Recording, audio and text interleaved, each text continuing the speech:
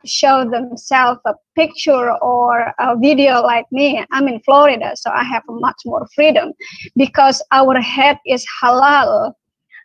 In Indonesia, among the Muslims, they become a target for being killed, being kidnapped, or whatever. My head still halal in Indonesia, and if not because of thy guidance, Holy Spirit, I will not be able to show my face. But praise God, He always lead me day and night nonstop. So I will give this program to Hannah.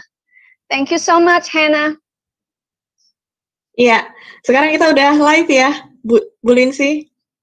Ya. Iya, kita sudah live sekarang di YouTube. Selamat bergabung teman-teman. Shalom semuanya. Kita sudah bersama-sama di Zoom ini dan juga beberapa channel YouTube merelay program ini yang merupakan salah satu program pelayanan WAFM yang menghadirkan pembicara internasional.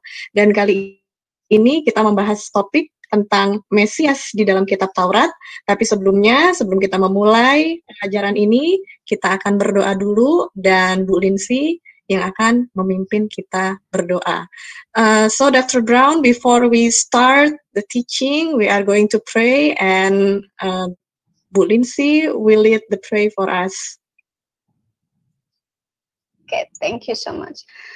Father, in the name of Jesus, we thank you for your guidance. We thank you for the presence of Holy Ghost right here with us. We thank you for Brother Brown.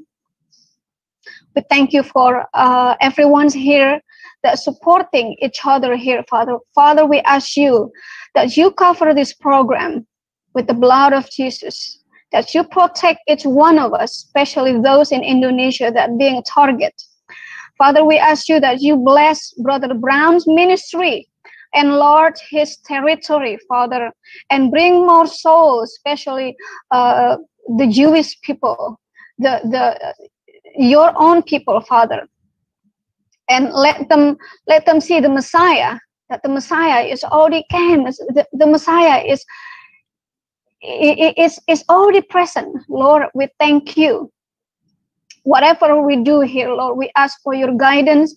Use the mouth, our mouth, Brother Brown's mouth, Lord, to minister to us, to minister to those, the Muslims, the Jewish people, and all over the world. We thank you, Father. We give you praise. We give you glory and honor in the name of Jesus. Amen. Amin. Terima kasih Bu Lindsay sudah membawakan doa. Dan sebelum kita memulai pengajaran kita bersama Dr. Michael Brown, saya mau memperkenalkan dulu sedikit latar belakang dari pembicara kita hari ini. Beliau adalah seorang apologet Kristen, pengajar, penulis buku, dan juga penyiar radio yang memiliki sebuah siaran bernama The Line of Fire yang mengudara di Amerika Serikat. Beliau ini berasal dari latar belakang Yahudi dan juga seorang profesor yang mendapatkan gelar PhD di bidang bahasa dan sastra Timur Dekat dari New York University. Langsung saja kita sambut Dr. Michael Brown.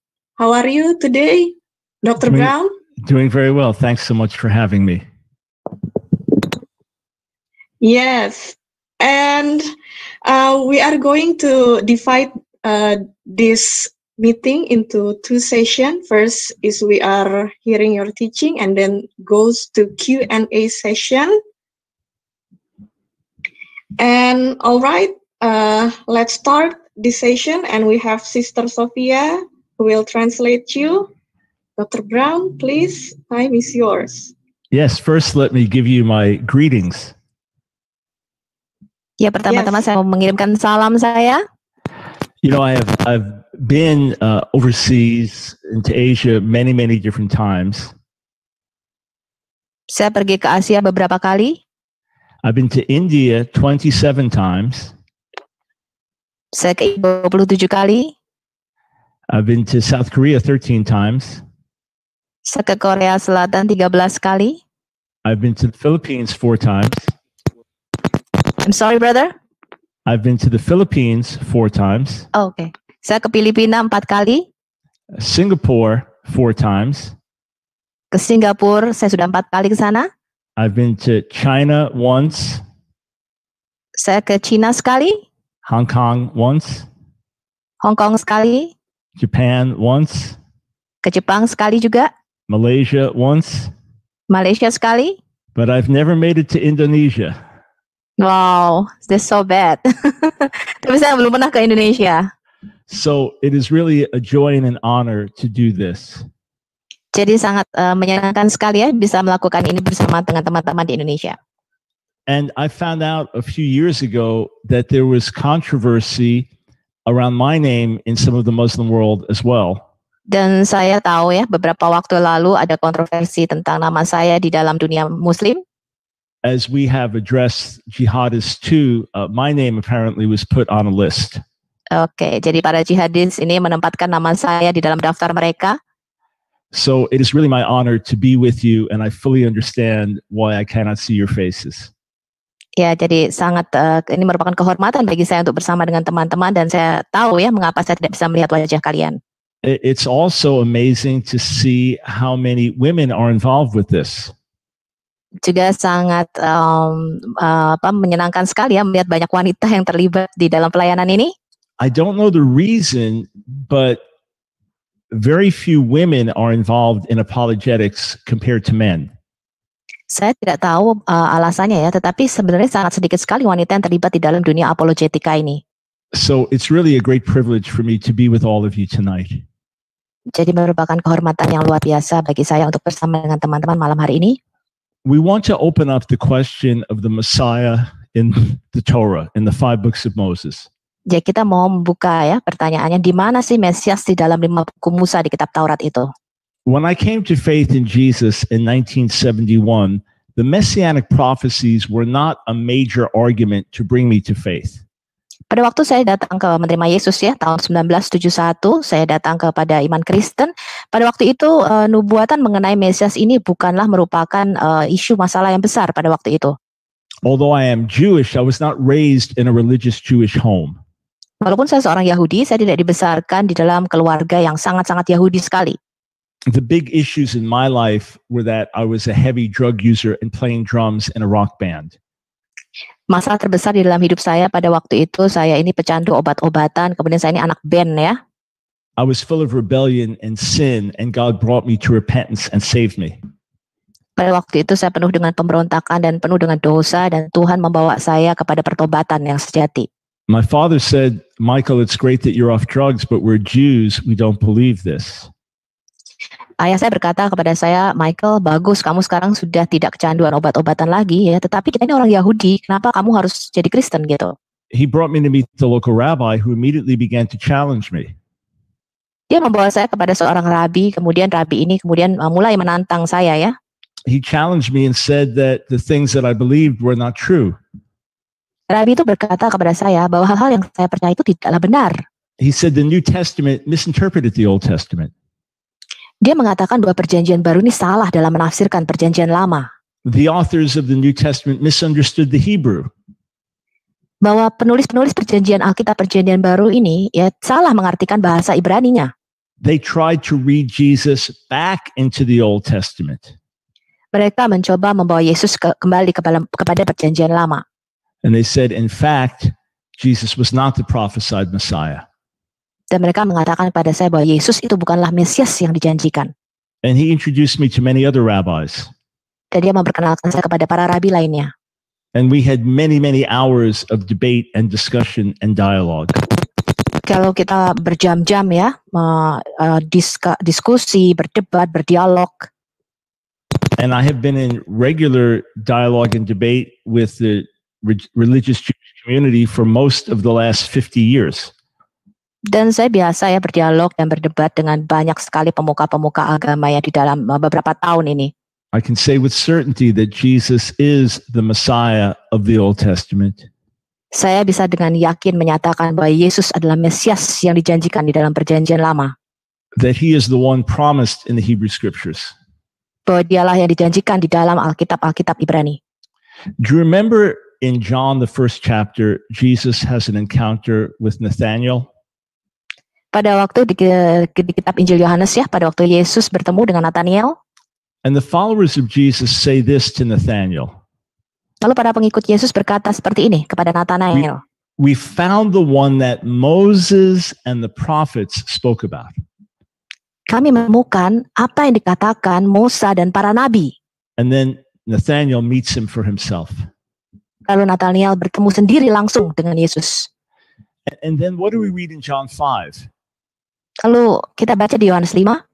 Jesus said, Moses testified about me. Yesus berkata, Musa bersaksi tentang aku. If you believe Moses, you would believe me. Kalau kamu percaya kepada Musa, maka kamu akan percaya kepadaku. And then what do we read in Luke 24? Lalu apa yang kita baca di Lukas 24? After the resurrection of Jesus, he meets with his disciples. Pada waktu Yesus sudah bangkit dari antara orang mati, dia menemui para muridnya. He opens their minds to say that he is the promised one. Yesus membuka pikiran mereka dan Yesus berkata bahwa dialah Mesias yang dijanjikan itu. And he starts with Moses and goes from there. Lalu Yesus mulai berkata bahwa dia dinubuatkan di kitab Musa lalu dan kitab-kitab setelahnya. When Peter preaches in Acts the 3rd chapter, he quotes from the Torah as well. Pada waktu Petrus berkhotbah ya di Kisah Rasul 3, dia mengutip juga dari ayat ini. Moses spoke about this prophet, this last prophet. Musa berkata, bernubuat mengenai nabi yang paling akhir ini. When we get to the book of Revelation, the saints in heaven sing the song of Moses and the Lamb. Pada waktu kita di kitab Wahyu ya, para kudus di surga itu menyanyikan lagu pujian tentang anak domba ini. How then does Moses point to Yeshua, to Jesus? Lalu bagaimana Musa ini bisa menunjuk kepada Yeshua atau Yesus? There is rabbinic interpretation of Genesis chapter 1 verse 2 that associates the Spirit of the Lord with the Spirit of the Messiah. Ada tafsiran ya, tafsiran rabbinik mengenai Kejadian 1 ayat 2 bahwa Roh Kudus yang ada di situ itu adalah roh daripada Mesias. But that is really a rabbinic interpretation, reading something into the text. Tapi itu adalah tafsiran para rabi ya mengenai teks Kejadian tersebut. Later in Genesis 1 we read the words that God said, "Let us make man in our image." Lalu di kitab Kejadian ya, kitab Kejadian 1 ayat 26 kita membaca bahwa Tuhan berkata, marilah kita menjadikan manusia menurut gambar kita. Many would argue that points to God's triune nature. Banyak orang berargumen bahwa inilah yang menunjukkan bahwa Tuhan itu triun atau trinitas. And of course that would include the Son of God, the Messiah. Dan itu termasuk anak Allah ya, Sang Mesias. It is certainly a possible interpretation of the text. Ya, itu mungkin saja ya terjemahan yang benar mengenai ayat ini. But it is not a major proof that I would seek to use. Ya, tapi itu bukanlah argumen yang saya gunakan. Instead, I would start in Genesis the 12th chapter. Malah saya akan menggunakan Kejadian pasal 12. There, God tells Abram that through his seed, the entire world would be blessed. Di situ Tuhan berkata kepada Abraham bahwa lewat keturunannya seluruh dunia akan diberkati. In other words, this is not simply about Abraham and his physical descendants. Dengan kata lain, ini bukan mengenai Abraham dan keturunannya secara biologis. This is about God's desire to bless the entire world. Ini mengenai keinginan Tuhan untuk memberkati seluruh dunia. And there's a very important principle to understand. Dan ada prinsip penting yang harus kita ketahui.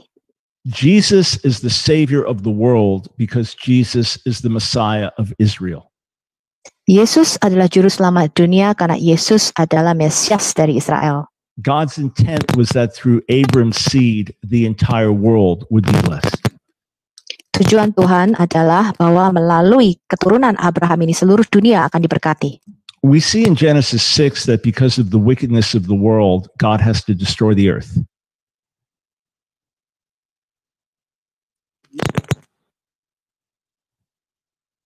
Are you there? Did we lose you? Okay, I will cover. I'm sorry, brother. You broke up. Okay, so we see in Genesis 6 that because of the wickedness of the world, God has to destroy the earth.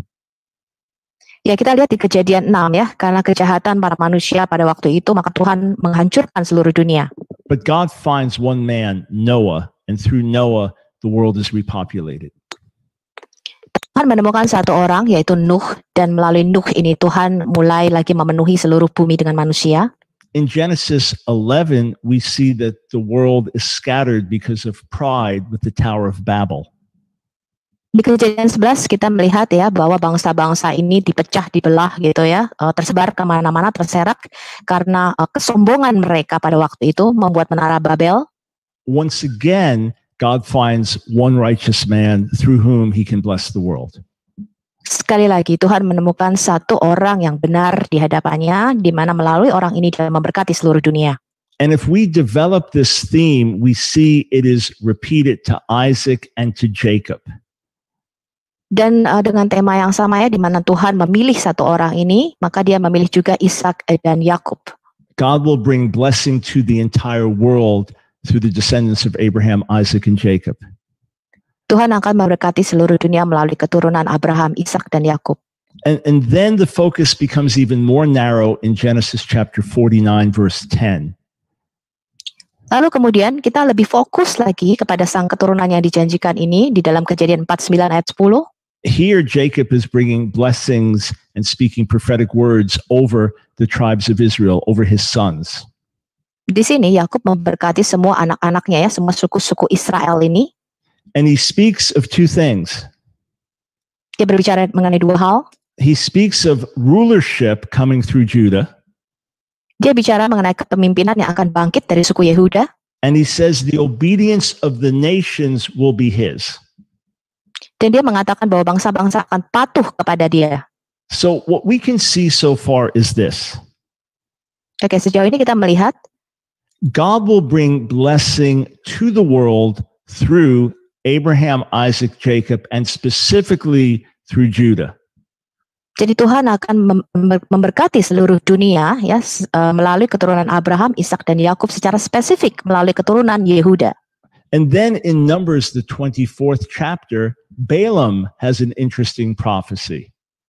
Lalu kita lihat di Bilangan 24 ya, Bileam itu juga menubuatkan sesuatu yang sangat menarik di sini. He sees a future king rising in Israel who will bring destruction on his enemies. Dia melihat ya bahwa di masa depan akan ada raja yang bangkit dari Israel yang akan menghancurkan para musuh-musuhnya. So we understand that this will be a king from the tribe of Judah. Nah, kita tahu bahwa raja yang dinubuatkan oleh Bileam ini adalah dari suku Yehuda. And it's interesting that rabbinic interpretation sees two people here. Dan kita melihat tafsiran para rabi ini melihat dua orang di sini. There is the nearer one, David, and the more distant one, the Messiah. Dan dia melihat bahwa keturunan yang dekat itu adalah Daud dan yang jauh itu adalah Mesias. But within the Torah itself, we can say this for sure. Tapi di dalam Torah kita dapat menyatakan dengan yakin, through the seed of Abraham, God will bless the entire world. Melalui keturunan Abraham, Tuhan akan memberkati seluruh dunia. And there will be a king in the line of Judah to whom all the nations will come in obedience. Dan akan ada raja yang keluar dari garis keturunan Yehuda di mana semua bangsa-bangsa akan tunduk kepadanya.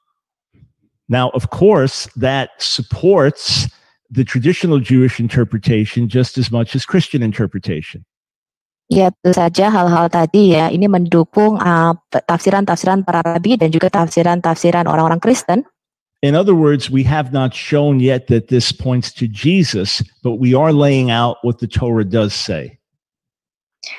Tadi hal yang kita jelaskan ini tidak secara langsung menuju kepada Yesus, tapi kita menjelaskan atau memaparkan apa yang sebenarnya Taurat katakan. Now, of course, many would have started in Genesis 3:15 that the seed of the woman will crush the head of the serpent.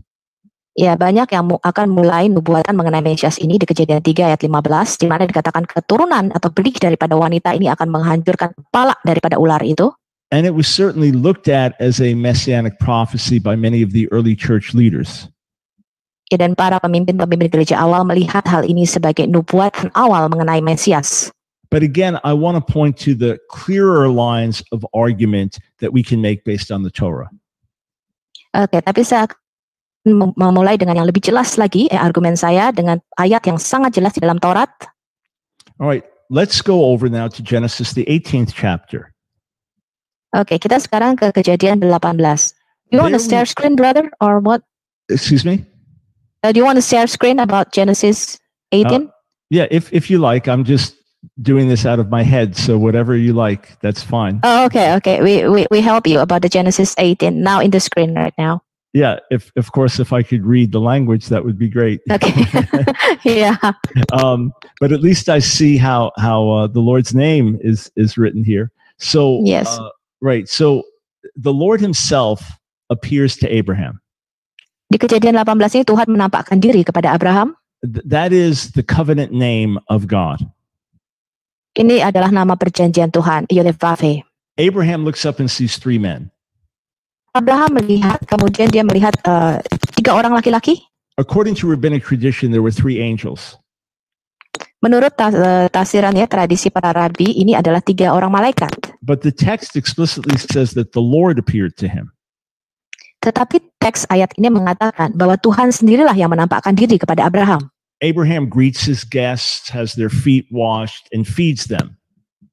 Abraham memberikan salam kepada tamunya ini, ketiga tamunya ini membasuh kaki mereka, kemudian memberi mereka jamuan makan.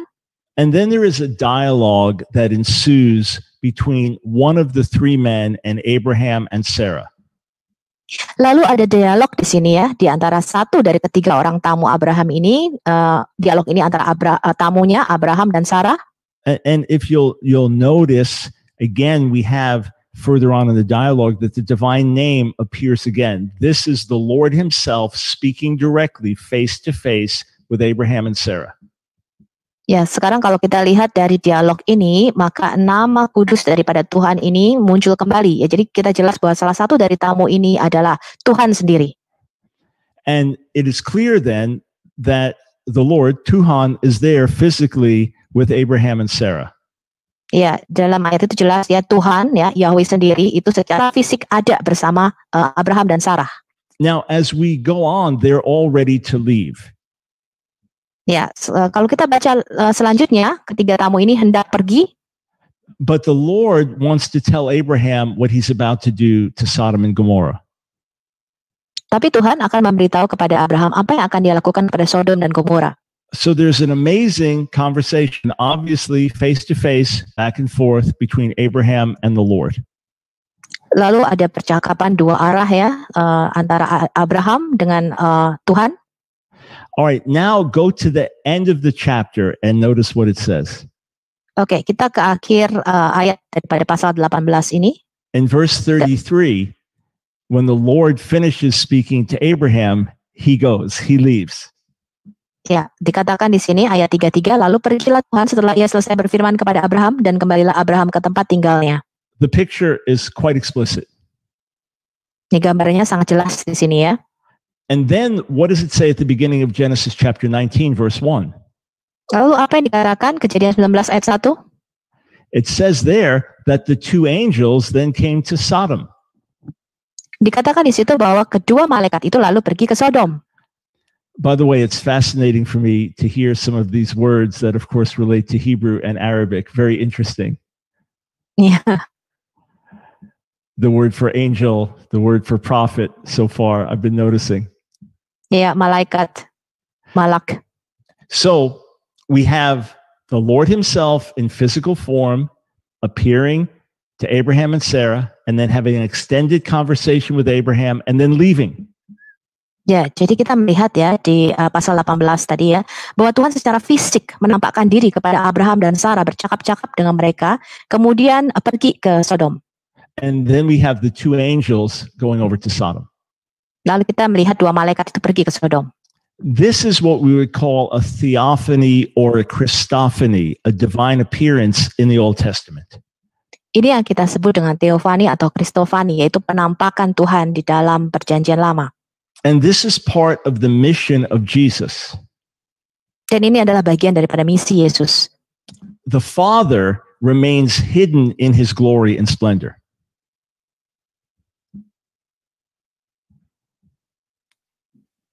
Should I say Tuhan it again? tetap tersembunyi dalam kemegahannya. We read, for example, in Exodus 33, God tells Moses, "No one can see my face and live." Kita baca dalam Exodus Keluaran 33 bahwa Tuhan berkata tidak ada yang dapat melihat wajahku. We read in John 1, no one has ever seen God. Tidak ada seorang pun yang pernah melihat Tuhan.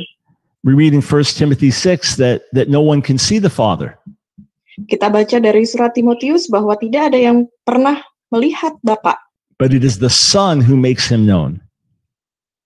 Tapi adalah Sang Anak yang membuat kita dapat mengenal Bapa. Jesus tells us in John 14, if you've seen me, you've seen the Father. Tuhan Yesus memberitahukan pada kitab Yohanes di pasal 14 bahwa jika engkau telah melihat aku, engkau melihat Bapa. Hebrews 1 tells us the Son is the radiance of the glory of God. Dan pada surat Ibrani pasal pertama menyebutkan bahwa Yesus adalah pancaran dari Allah itu sendiri. So the Son makes the Father known. Jadi anak membuat kita mengetahui Bapa. And the Spirit works invisibly among us. Dan rohnya bekerja pada kita. Passages like this are very challenging for Rabbinic Judaism. Ayat-ayat seperti ini sangatlah menantang dalam Rabbinic Judaism. A straightforward reading of the text indicates that the Lord was there in bodily form. Saya membaca bahwa Tuhan menunjukkan dirinya dalam bentuk fisik. We understand this because God is a complex unity, a triunity. Ya, Sister Sofia kalau sudah kembali bisa. Oke. Jadi kita tahu bahwa dari teks-teks itu Tuhan itu sangat kompleks ya dalam kesatuannya, dalam keesaannya. And we have other examples of this in the Torah as well. Dan kita melihat beberapa contoh lainnya sama seperti ini di dalam kitab Taurat.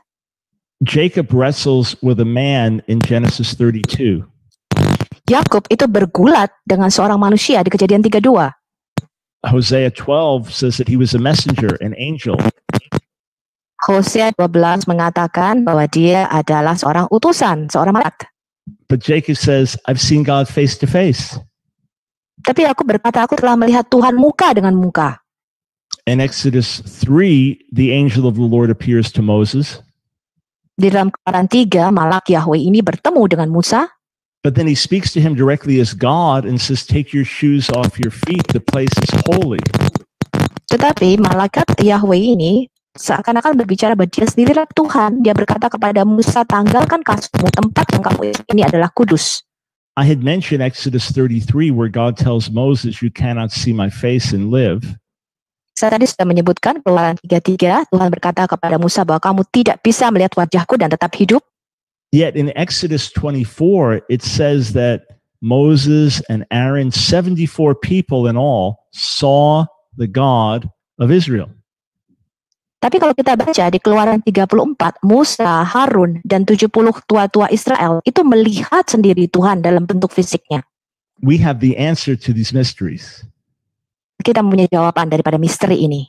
we can explain how God is seen and unseen.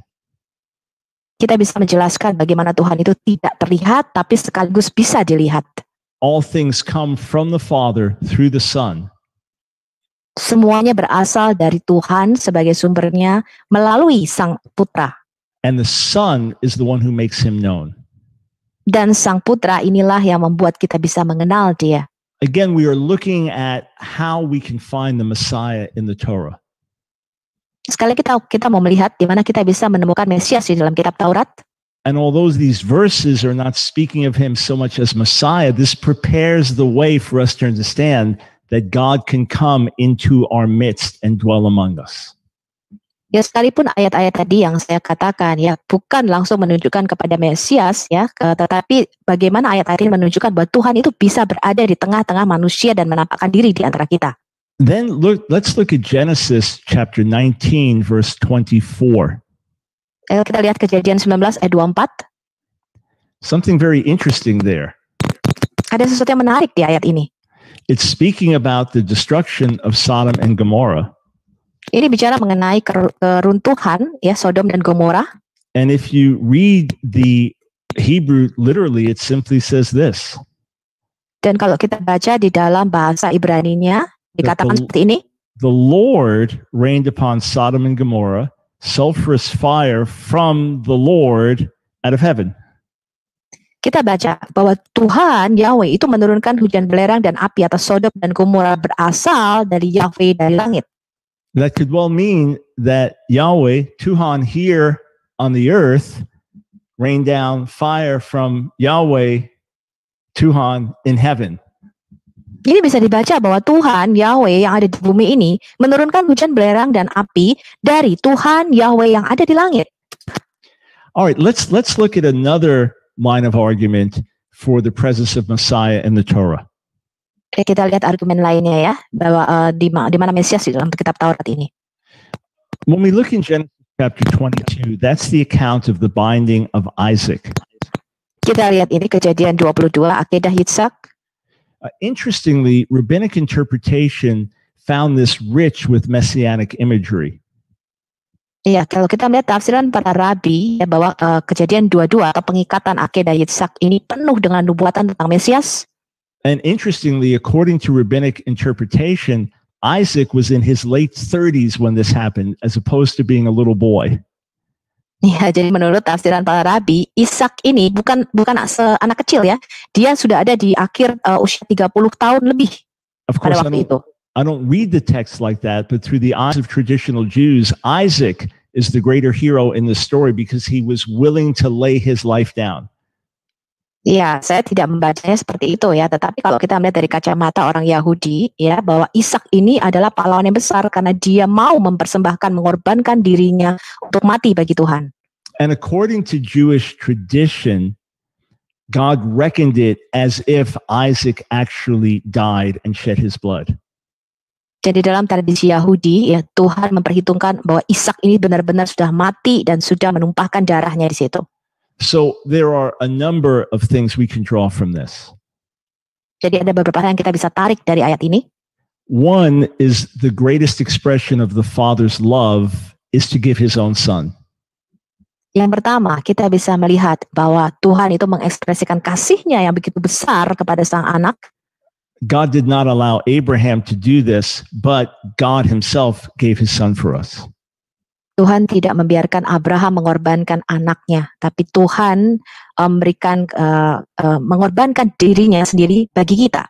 And we see also that the son went willingly and was willing to be sacrificed. Dan kita melihat di sini sang anak Ishak ya dengan sukarela, dengan senang hati dia dengan rela mengorbankan dirinya sendiri. But there's an interesting little mystery in this text. Tapi ada hal misteri yang kecil di dalam ayat ini. We read in Genesis 22 that Isaac asks his father, "Where's the sacrifice?" Kita baca di Kejadian 22 ini, Ishak itu bertanya kepada ayahnya, "Ayah, di mana domba yang akan dijadikan korban?" We have the fire, we have the wood, but where's the sheep for the burnt offering? Ishak berkata ini ya, kita punya apinya, kita ada kayunya di sini, tapi mana nih dombanya nanti yang akan dijadikan korban sembelian? And Abraham says, in verse 8, God will see to it. God will provide the sheep for his burnt offering. Ya, di Kejadian 22 ayat 8, Abraham menjawab, Allah sendiri, nanti Tuhan yang akan menyediakan sendiri anak domba bagi korban untuk sebagai korban bakaran baginya. And then you know the rest of the story. No, Anda sudah tahu ya ceritanya selanjutnya. Abraham is ready to sacrifice his son. Abraham sudah siap-siap nih mau menyembelih anaknya. God stops him. Tuhan menghentikan dia. And Abraham looks up and there's a ram caught in the thicket. Lalu Abraham memandang, kemudian ada domba kambing jantan ya ini sedang tersangkut di semak duri. God provided a ram, not a lamb. Tuhan ya memberikan domba jantan yang dewasa ya, bukan anak domba. It leads to the question. Kemudian kita bertanya nih, what about the lamb? Bagaimana dengan anak domba? Was there a lamb that God was going to provide? Apa ada anak domba akan Tuhan sediakan? And this lamb, of course, becomes the figure of willing sacrifice. Kemudian anak domba ini ya jadi satu simbol bahwa itu adalah anak domba yang dengan rela hati mau dikorbankan. In Isaiah 53, the servant of the Lord goes like a lamb to the slaughter. Di Yesaya 53 dikatakan bahwa hamba Tuhan itu ya digiring seakan-akan seperti domba yang keluk ke pembantaian. In John 1:29, John the Immerser sees Jesus and says, "Behold, the Lamb of God who takes away the sin of the world." Di Yohanes 1 ayat 28, Yohanes Pembaptis itu mengatakan kepada Yesus, lihat, dialah anak domba yang akan menghapus dosa dunia. This lamb also takes on further special meaning within the Torah. Anak domba ini juga mempunyai makna yang khusus di dalam Taurat. When God is ready to deliver Israel from Egypt, he tells them to take a lamb and kill it. Pada waktu Tuhan mau membawa Israel keluar dari Mesir, Tuhan berkata untuk mengambil anak domba ini dan membunuhnya. And we see that when God sees the blood, Exodus chapter 12, the blood of the lamb, he passes over Israel and does not destroy. Dan kita tahu ya di kisah itu ya, ketika Tuhan melihat tanda darah itu di Keluaran 12 ya, bahwa Tuhan itu melewati orang-orang Israel dan tidak membunuhnya. This becomes part of the annual Passover celebration. Dan ini menjadi bagian dari perayaan tahunan Paskah. The blood of the lamb brings the liberation of Israel from bondage. Darah anak domba itu memerdekakan Israel dari perbudakan. So let's just repeat what we've looked at so far. Oke, kita ulangi lagi sejauh apa yang tadi kita sudah pelajari. We see that through the seed of Abraham, Isaac, and Jacob, God wants to bring blessing to the whole world. Bahwa melewati keturunan dari Abraham, Ishak, dan Yakub, Tuhan mau memberkati seluruh dunia. And this will ultimately come through the line of Judah. Dan ini harus dari garis keturunan Yehuda. Again, God is concerned not just with Israel, but the nations. Sekali lagi, Tuhan bukan hanya peduli kepada bangsa Israel, tapi juga kepada bangsa lainnya. Secondly, we've seen that God himself can appear in bodily human form while remaining hidden in heaven. Yang hal kedua yang kita pelajari, bahwa Tuhan itu bisa menampakkan diri dalam rupa atau bentuk sosok tubuh manusia, sementara dia juga masih ada di surga. And then we've seen the image of the self-sacrificing lamb and the power of the blood of the lamb. Lalu kita melihat tadi bahwa anak domba, ada simbol ya, bahwa anak domba yang rela untuk mengorbankan dirinya dan simbol dari pengorbanan darah daripada korban sembelihan itu. When we dig deeper into the sacrificial system, we see one key word, substitution. Pada waktu kita melihat lebih dalam lagi kepada ritual pengorbanan yang ada di dalam kitab Taurat, ya kita bisa melihat yang namanya kata penggantian. I don't mean that this word is used in the Hebrew in the Torah, but rather that the concept is there. Saya tidak mengatakan bahwa kata penggantian atau substitusi ini ada di dalam Taurat, tapi konsepnya ada di situ. It is life for life.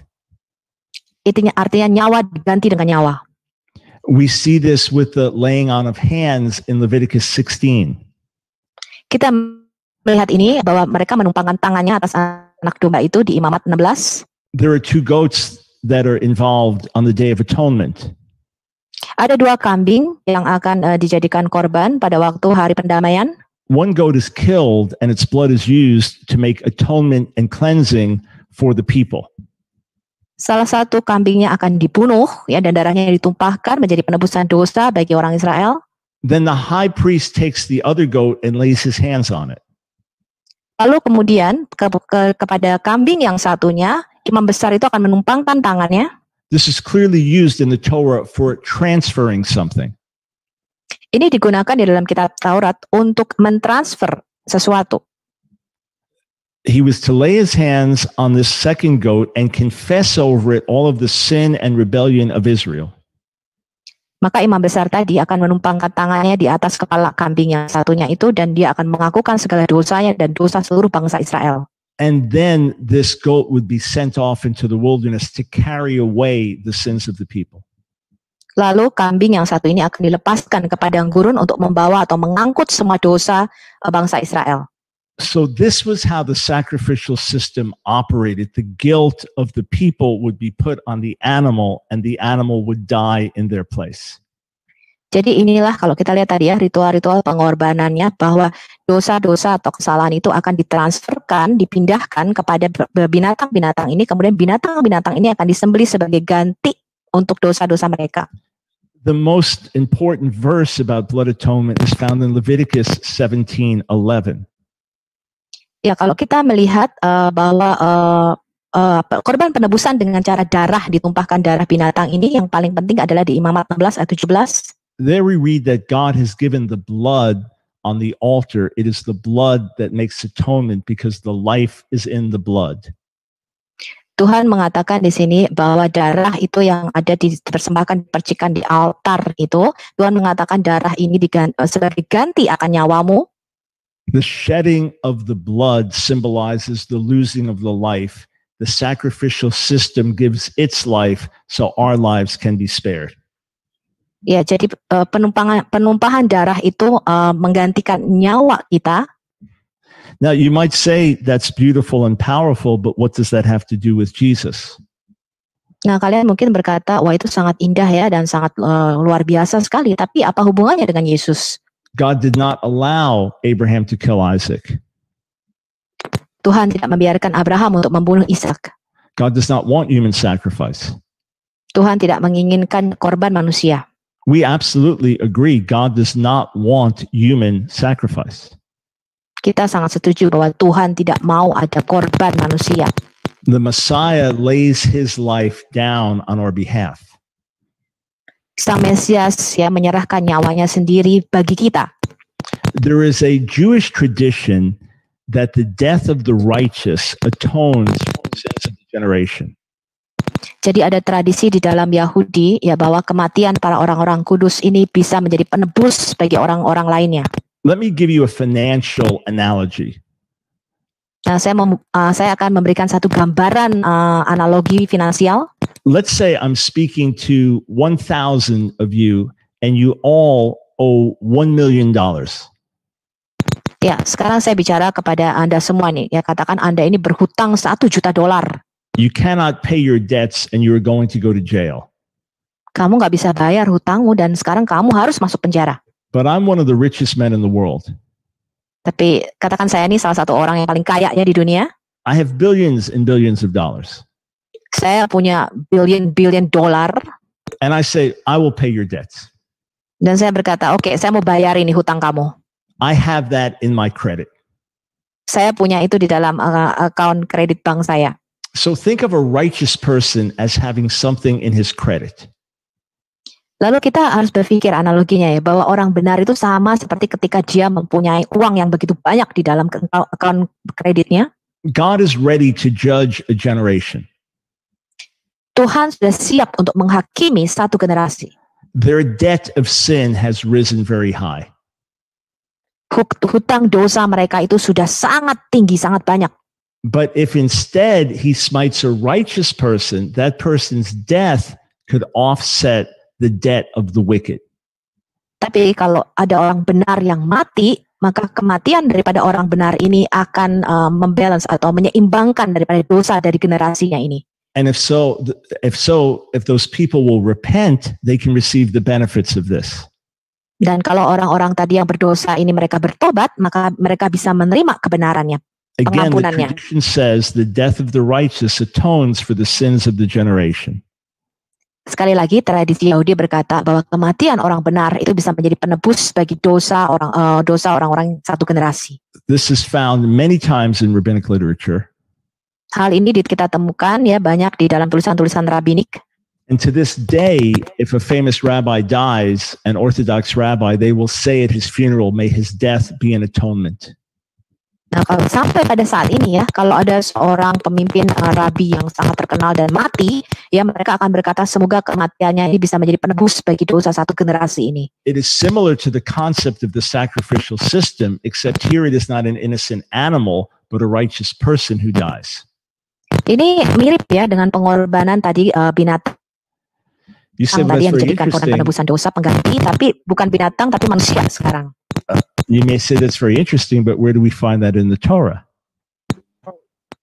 Kalian bisa berkata, oh ini sangat menarik, tapi di mana hal ini ada di dalam Taurat? So notice first in Numbers, the 8th chapter, Kita lihat dulu bilangan pasal 8. God sets the Levites apart so that they will serve in the tabernacle. Tuhan ini menguduskan ya atau memisahkan orang-orang Lewi untuk melayani Tuhan di dalam kemah suci. It says in verse 9 that you bring the Levites forward to the entire Israelite community. Oke, di ayat 9 kita dikatakan di sini untuk membawa orang-orang Lewi ini mendekat kepada kemah pertemuan. And then the Israelites lay their hands on the Levites in chapter 10. Lalu orang-orang Israel ini In verse 10. Oke, di dalam pasal 10 orang-orang Lewi ini ketika mendekat ke hadapan Tuhan, maka orang-orang Israel meletakkan tangannya atas orang-orang Lewi itu. And then verse 11 says the Levites will be an offering from the Israelites. Lalu di ayat 11 ya dikatakan bahwa orang-orang Lewi ini akan menjadi persembahan bagi Tuhan. And then the Levites lay their hands on the bulls to make atonement for them. Lalu orang-orang Lewi ini meletakkan tangannya di atas lembu-lembu sapi itu untuk membuat penebusan bagi mereka. And we see later in the chapter that the Levites will stand as like a lightning rod to receive God's judgment.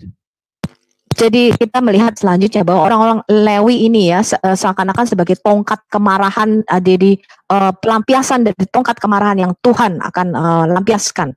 They take the place of the people of Israel if the Israelites break the laws regarding the sanctuary.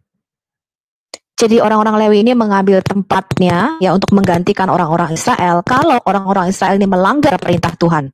The Levites themselves are an offering. Orang-orang Lewi ini mereka sendiri itu adalah korban. Then we go to Numbers chapter 35. Kita pergi sekarang ke bilangan pasal 25. This speaks of the cities of refuge where the unintentional manslayer could flee for his life if he killed someone accidentally. Ya, ini adalah kota-kota di mana kota-kota itu dikhususkan ya, kota-kota yang khusus bagi orang-orang yang dalam pelarian kalau mereka tuh tidak sengaja membunuh orang, mereka harus lari ke kota-kota perlindungan ini. So here is the problem. Oke, kita lihat ini masalahnya nih. Bloodshed pollutes the land. Kita melihat bahwa penumpahan darah itu mengotori tanah. And the only way to fix it is the blood of the person who shed the blood. Dan salah satu cara untuk mengatasi hal ini adalah menumpahkan darah orang yang tadi sudah membunuh sesamanya. If you kill someone, then you must die. Kalau kamu sudah membunuh seseorang, maka kamu sendiri harus mati. But what if it was an accident? Tapi bagaimana kalau itu suatu kecelakaan? The blood has still been shed and the blood still pollutes the land. Darah dari orang yang sudah tidak sengaja tadi terbunuh itu ya tetap tertumpah dan tetap mengotori tanah itu. So the unintentional manslayer would flee to the city of refuge where he would be protected. Lalu orang yang tidak sengaja membunuh saudaranya ini atau sesamanya ini, dia harus melarikan diri ke kota perlindungan ini. How long would he have to stay there? Berapa lama orang ini harus tinggal di kota perlindungan ini? What does it say at the end of verse 25? Apa yang dikatakan di akhir pasal 25? He will remain there until the death of the high priest who was anointed with the sacred oil. Ya, jadi orang yang tadi melarikan diri ke kota perlindungan ini harus tetap tinggal di situ sampai kematian imam besar tadi, kemudian dia harus diurapi dengan minyak pengurapan.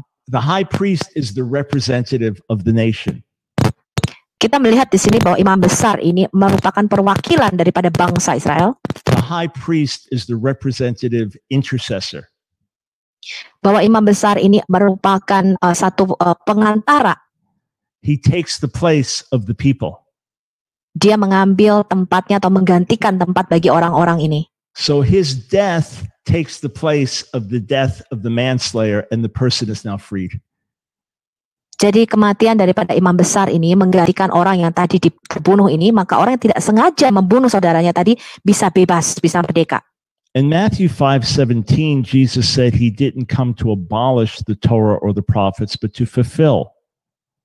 Di dalam Matius 25 ayat 17, Yesus mengatakan bahwa kedatangannya itu bukanlah untuk membatalkan hukum Taurat, tapi untuk menggenapi Taurat.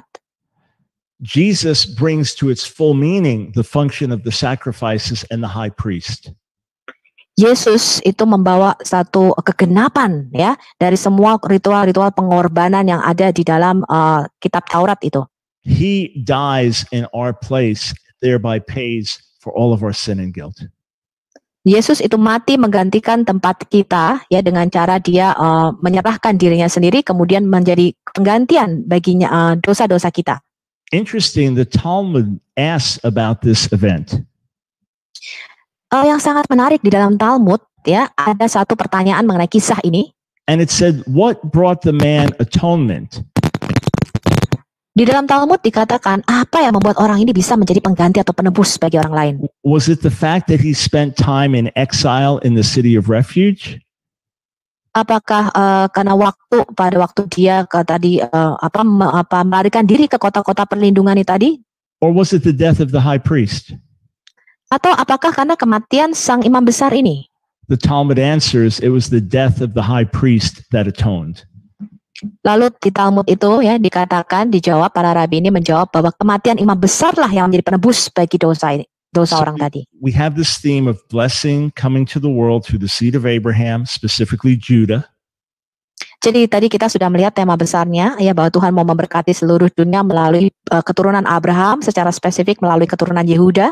We have indications of God's complex unity and the Son making the Father known. Tadi kita sudah melihat bahwa keesaan Tuhan ini sangat tidak sederhana ya, sangat kompleks, dan bahwa sang anak inilah yang membuat kita bisa mengenal Bapa. We see the messianic images in the sacrifice of Isaac.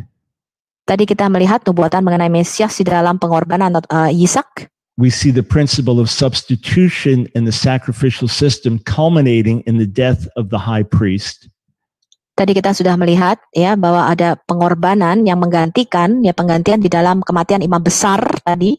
And then of course Deuteronomy chapter 18, the last text that we'll look at. Lalu kita melihat ayat terakhir sekarang Ulangan 18. Beginning in verse 9, God tells the Israelites, when you come into the promised land, don't do what the people there do. Lalu di ayat 9 dikatakan, kalau kamu masuk ke tanah perjanjian, ya kamu tidak boleh melakukan apa yang orang-orang di situ lakukan. Don't go to their fortune tellers and those who predict the future. Jangan pergi kepada peramal-peramal, tukang-tukang ramal mereka dan orang-orang penelaahnya ya. Instead, God says this in verse 15. Sebaliknya Tuhan mengatakan ini di ayat ke-15. The Lord your God will raise up for you a prophet from among your own people, like myself, him you shall heed. Tuhan berkata, seorang nabi dari tengah-tengahmu, dari antara saudara-saudaramu sama seperti aku akan dibangkitkan bagimu oleh Tuhan Allahmu. And then again in verse 18, I will raise up a prophet for them from among their own people, like yourself. Dan di ayat 18, ya Tuhan mengatakan, seorang nabi akan kubangkitkan bagi mereka dari antara saudara mereka seperti Musa, ya seperti engkau, kata Tuhan. And the nation was required to listen to that prophet. Dan bangsa Israel tuh harus mendengarkan sang nabi ini. Now, on the one hand, you would say it speaks of a prophet in every generation, beginning with Joshua, that would lead the people. Dan di satu sisi ini bisa bicara mengenai para nabi ya sepanjang zaman yang dimulai daripada Yosua, and the people who would not listen to that prophet would be cut off. dan orang yang tidak mendengarkan nabi ini akan dibunuh. And yet it says specifically a prophet like Moses. Tetapi nubuatan ini berkata secara spesifik nabi ini harus seperti Musa. Now look at these words in Deuteronomy chapter 34. Ya, kita lihat sekarang ini di Ulangan 34. These are added after the death of Moses. Ini ditambahkan setelah Musa mati. And the impression is this was added many years after the death of Moses. Dan kita bisa melihat di sini bahwa ayat ini ditambahkan beberapa tahun setelah Musa mati.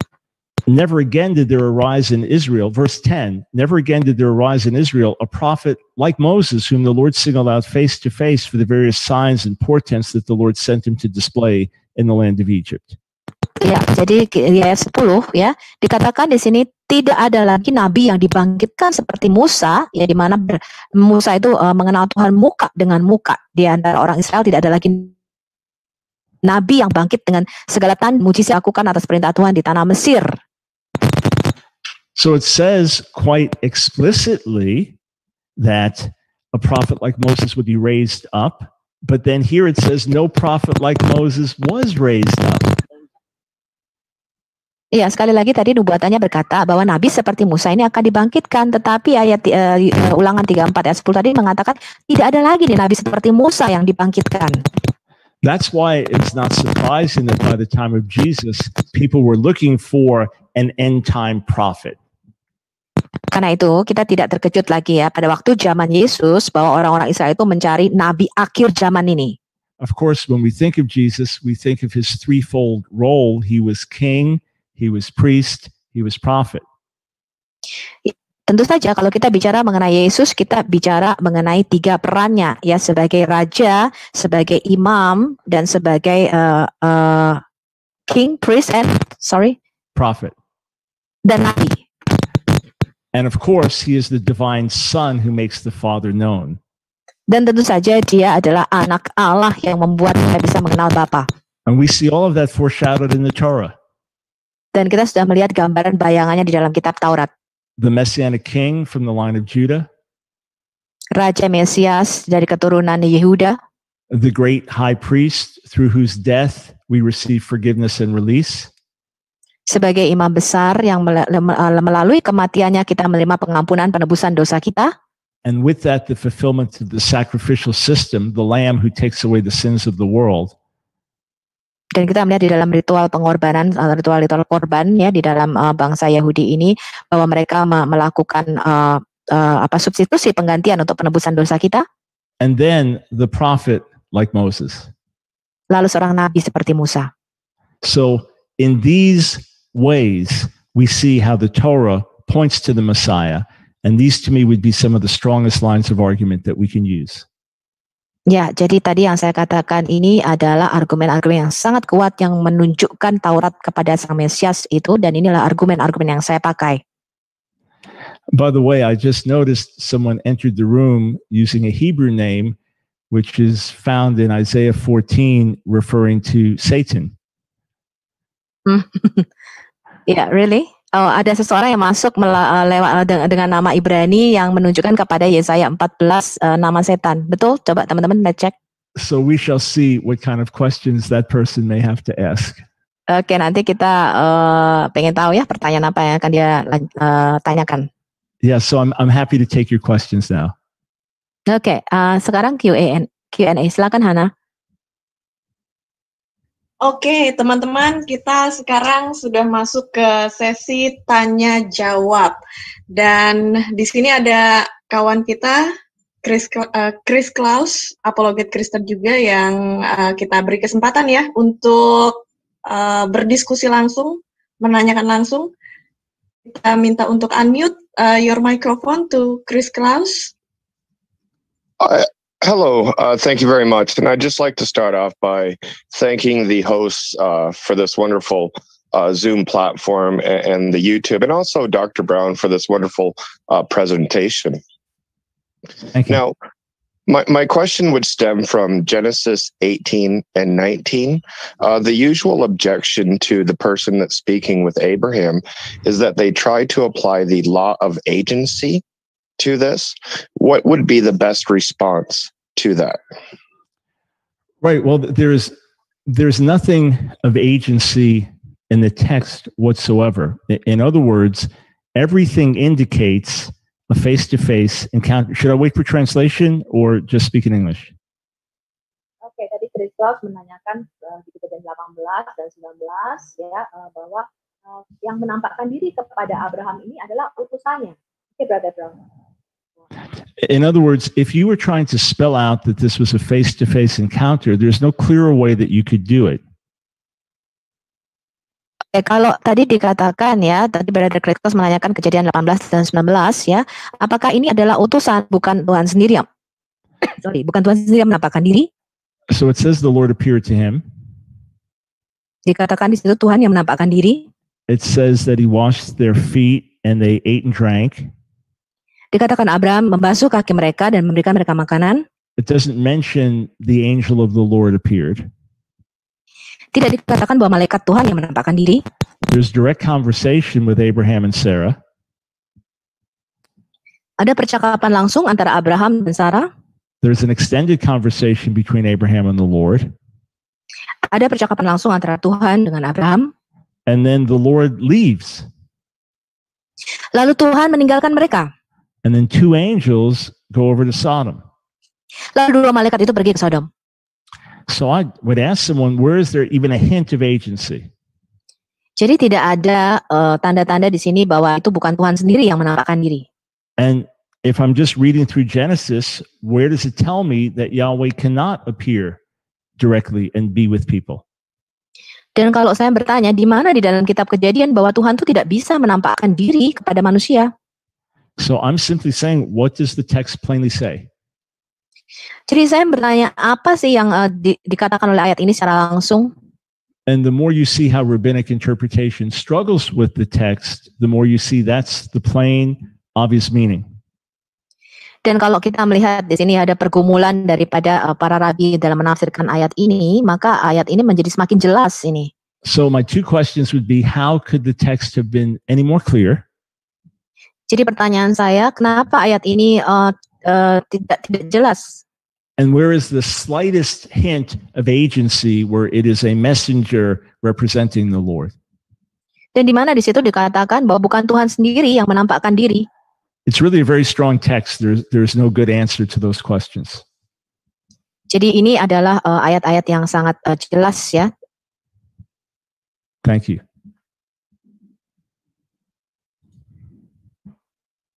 All right. He goes to next question from Jai. Yes, you can unmute your microphone. Okay, thank you. Can you guys hear me? Yes, clearly. Great. Thank you for the presentation, Dr. Brown. You're welcome. I feel like we're getting a thoroughly Jewish Thursday on Friday. Uh-huh. Okay, so that's a reference to Dr. Brown's radio show.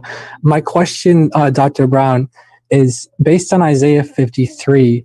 Do you believe that we can show the death and resurrection of the Messiah? Yes. Well, I'll wait for the question to be translated. Sorry. Yeah. Sorry, Joy. Can you repeat again? Jay? He was asking if we can demonstrate from Isaiah 53 that the death and resurrection of Messiah are prophesied. Oh ya, Jay tadi bertanya ya dari Yesaya 53, bagaimana apakah kebangkitan dan kematian Yesus itu bisa kita kasih contoh nih dari sini dari Yesaya pasal 53 ini? Certainly yes. Dr. Brown menjawab ya.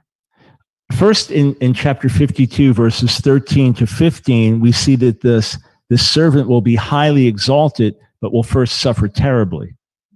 Jadi kita lihat pertama di pasal 52-nya bahwa hamba Tuhan ini akan sangat tinggi dimuliakan tetapi juga dia harus menderita. And then the 53rd chapter in different ways clearly describes his death.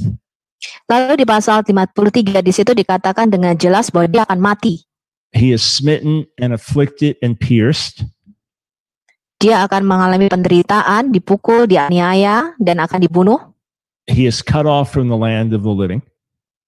Dia akan mati, ya, dibunuh. Dia tidak akan melihat lagi negeri orang-orang hidup. The text explicitly speaks of his death and even his burial. Teks di Yesaya 53 ini dengan jelas mengatakan mengenai kematian bahkan penguburannya. It's explicit. Sangat jelas di sini. And yet he will see long days. Tapi dikatakan juga bahwa dia akan melihat tahun-tahun yang panjang. He will be vindicated. Dia akan melihat keturunannya, akan lanjut umurnya. The future generations. Ya, dia akan melihat generasi-generasi di bawahnya. So it absolutely speaks of his resurrection. Dan ini jelas berkata mengenai kebangkitannya. And I believe that's the clear and plain meaning of the text. However someone applies it, it speaks of death and then life beyond death. Iya, kalau saya mengatakan ya ini jelas ya bicara mengenai kebangkitan Sang Mesias, tetapi ada yang mengatakan ini mengenai kehidupan dan kehidupan setelah dia mati. Thank you. Okay, so we go now to Q&A from chat. Here we have our friend Mr. Polandia, who asks, what is your take about claims made by some Jews who says that Messiah is not God, but rather an anointed king or an anointed political leader, just like Melchizedek?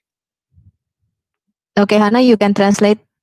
Ya, oke. Jadi ada pertanyaan dari Mr. Polandia yang bertanya apa nih pendapatnya Dr. Brown tentang orang-orang Yahudi yang mengatakan bahwa Mesias itu bukan Tuhan, tapi adalah raja yang diurapi atau pemimpin politik yang diurapi. The answer is that there are certainly many texts that speak of the Messiah as an anointed king and leader. Ya, jadi ada banyak teks yang mengatakan bahwa Mesias itu adalah raja dan pemimpin politikal. And that has certainly been the traditional Jewish view of those texts. Dan juga ada beberapa teks Yahudi yang mengatakan demikian. But there are other texts that do point to his divine nature. Tapi ada juga teks yang menyatakan keilahiannya. Of course, if we simply say the Messiah is God, that can be misleading. If we simply say the Messiah is God, that can be misleading. Jadi kalau kita menyatakan bahwa Mesias itu adalah Tuhan, itu bisa menjadi salah paham. As Christians, does that mean he is the Father, the Son, and the Holy Spirit? Sebagai orang Kristen, apa kita berkata bahwa dia adalah Bapa, Sang Putra, dan Roh Kudus? Does that mean when he died that people killed God? Apakah pada waktu Yesus mati artinya orang-orang itu membunuh Tuhan? So yes, it's true that the Messiah is divine. Iya, benar bahwa Mesias itu adalah ilahi. It's true that he is God in the flesh. Benar bahwa dia adalah Tuhan di dalam tubuh daging. But again, it's important we understand God's complex unity. He is the divine Son. Tetapi kita harus mengerti kompleksitas ya daripada keesaan Tuhan, bahwa dia adalah Sang Anak itu sendiri. And the primary witness of the New Testament is that Jesus is the Messiah sent by God. Dan kesaksian yang paling penting yang ada di dalam Alkitab Perjanjian Baru bahwa Yesus itu adalah Sang Mesias yang diutus oleh Tuhan. But this Messiah himself is divine. Tetapi Sang Mesias ini sendiri adalah ilahi. This Messiah is the Word made flesh. Sang Mesias ini adalah Sang Firman yang menjadi daging. So we can point to the divine appearances in the Old Testament like Genesis 18 and say, well, who was that? Dan kita bisa merujuk ya kepada penampakan ilahi di dalam Perjanjian Lama seperti Kejadian 18 tadi. Kita bisa bertanya, siapa ya yang menampakkan diri di situ? Then we can look to Isaiah 9:6, where one of the titles of the Messiah is Mighty God. Lalu kita bisa merujuk kepada Yesaya 9 ayat 6, di mana salah satu gelar daripada Mesias ini adalah Allah yang Maha Kuasa. And then we can look at Psalm 45:7, where the anointed king is referred to as God, divine one. Kita bisa merujuk juga kepada Mazmur 45 ayat 7 bahwa sang raja yang diurapi ini adalah Tuhan itu sendiri. So these verses point us to understand that the Messiah sent by God himself carries the divine nature. Dan dari ayat-ayat ini kita bisa mengerti bahwa Mesias ini memang diutus oleh Tuhan, tetapi dirinya sendiri merupakan ilahi. But that being said, the primary message we preach is that God sent the Messiah to die for our sins. Tetapi pesan utama yang mau kita sampaikan adalah bahwa Tuhan mengirim sang Mesias, mengutus Mesiasnya untuk mati bagi dosa kita. All right, thank you. Next question. Oke, Hana. Yeah, next question, the second question from Mr. Polandia is why Jews they I think we're deny having and issue with refuse. connection in Indonesian part. Hello? Yeah. Why Jews refuse to acknowledge that Jesus as the Messiah? Are you going to translate? Oke, kenapa orang-orang Yahudi itu menolak Yesus sebagai sang Mesias? There were three major reasons why Jews would not see Jesus as the Messiah.